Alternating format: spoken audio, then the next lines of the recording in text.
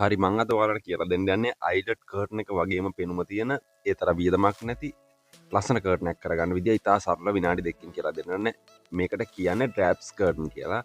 ඉතින් මේකට අපි සාමාන්‍යයෙන් ජනේලෙ පල් වගේ දෙගුණයක් තමයි රෙදි ගන්න. එතකොට අඟල් 7න් 7 දුර මෙන්න මේ ඔයාලට පේනා වගේ පටි හයි කරලා තියෙන්නේ. සාමාන්‍ය වලට පේනවනේ මේ දෙක අතර රැල්ලකට අඟල් 7ක් එනවා සහ මෙන්න මේ එන පටියකට පටි හයි කරලා දෙන එකට එන්නේ අඟල් 3ක පටියක්. ඉතින් ජනේලෙ පල් වගේ දෙගුණයක් කරනකොට ඔන්න විදිහට කරගන්න තියෙන්නේ.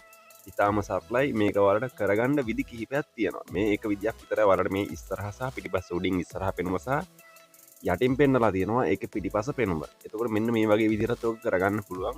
ඔයාලට අඟල් 3ක් ගන්න නැතුව සාමාන්‍ය අඟලක විතර පටියක් අල්ලවගත් කරගන්න පුළුවන්. නැත්නම් මෙන්න මේ විදිහට කරගන්න පුළුවන්.